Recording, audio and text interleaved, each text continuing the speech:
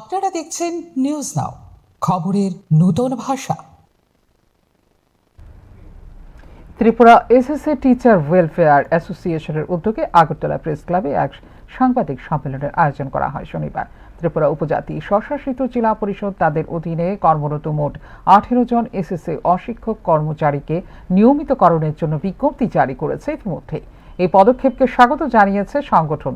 একই নীতিতে রাজ্যে কর্মরত এসএসএ শিক্ষক ও কর্মচারীদেরও দ্রুত নিয়মিত করার দাবি এদিন সাংবাদিক সম্মেলন করে Tripura SSA teacher welfare association.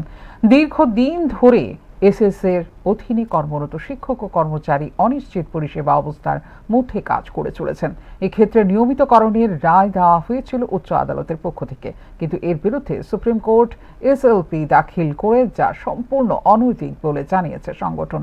তাই টিটিএডিসির দেখানো পথ অনুসরণ করে রাজ্য সরকার যেন দ্রুত স্থায়ীকরণের প্রক্রিয়া শুরু করে, সেই দাবি জোরালোভাবে তুলে ধরা হয় সাংবাদিক সম্মেলন থেকে।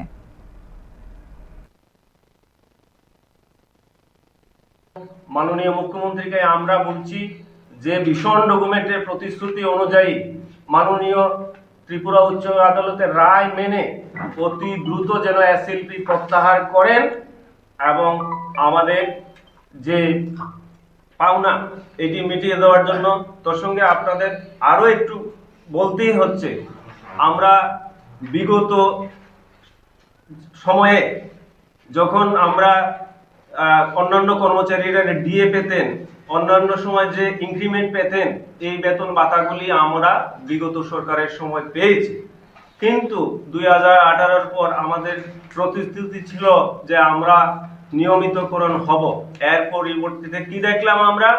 আমাদের বেতন আজকে একই জায়গায় দাঁড়িয়ে আছে। 2018 থেকে বেতন বাড়ছে না। অন্যান্য কর্মচারীরা আমরা একই কাজ করছি, একই স্কুলে পড়াচ্ছি, একই ছাত্র পড়াচ্ছি, অথচ আমাদের বেলায় কোনো ডিএ প্রদান করা হচ্ছে না।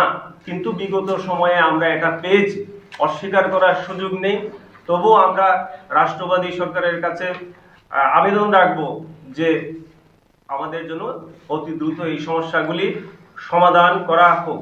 পরিষদের একটা অর্ডার এখানে সমগ্র শিক্ষায় কর্মরত 18 জন নন টিচিং কর্মচারীকে নিয়মিতকরণ করেছে, যেখানে ত্রিপুরা সরকার থেকে অর্থ নিয়ে একটা এডিসি প্রশাসন চলছে। ওই প্রশাসনের কর্মকর্তারা সমগ্র শিক্ষার কর্মচারীদের নিয়মিতকরণ করে দেখিয়ে দিয়েছে কিভাবে কাজ করতে হয়।